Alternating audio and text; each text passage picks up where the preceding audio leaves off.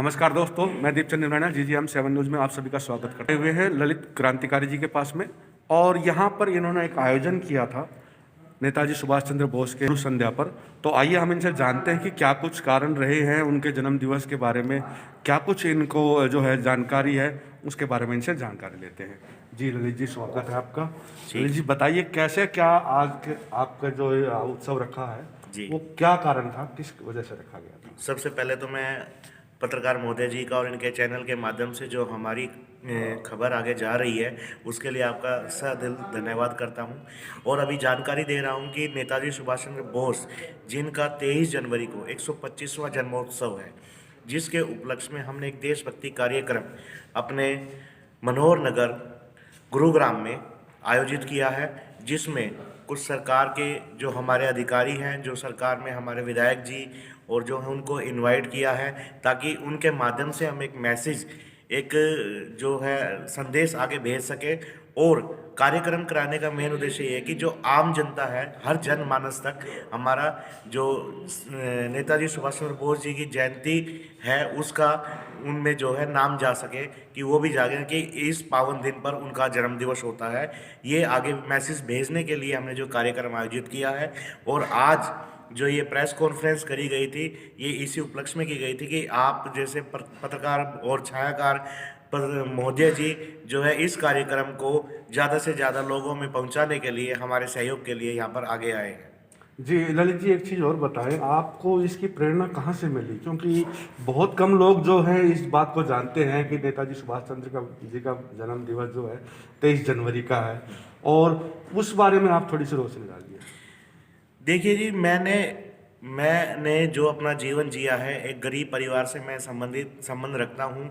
और उसके दौरान जो मैंने संघर्षरत रूप में अपनी जो पढ़ाई पूरी करी है, उस दौरान जब मैंने एक प्रोग्राम मैंने देखा था और उसके बाद हमारे एक विषय हमें मिला था, तो देशभक्ति कार्यक्रम था।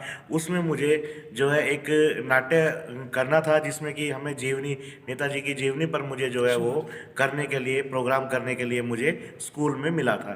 तो उस दौरान जब मैंने जीवनी को पढ़ा तो मैं कुछ प्रभावित हुआ।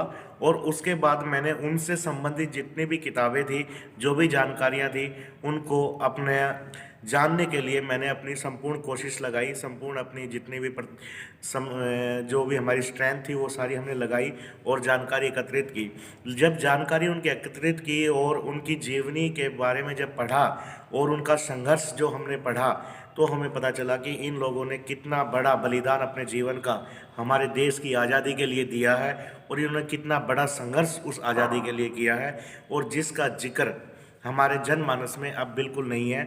उनका अस्तित्व हमारे जनमानस में बिल्कुल नहीं है।